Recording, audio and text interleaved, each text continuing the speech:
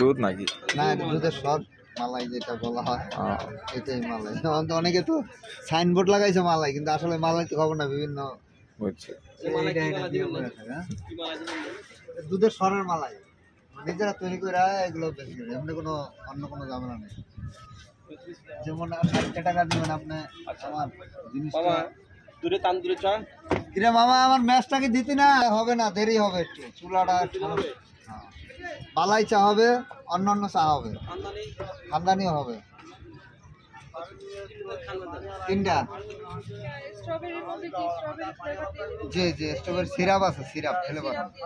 G syrup, chocolate syrup, chocolate syrup.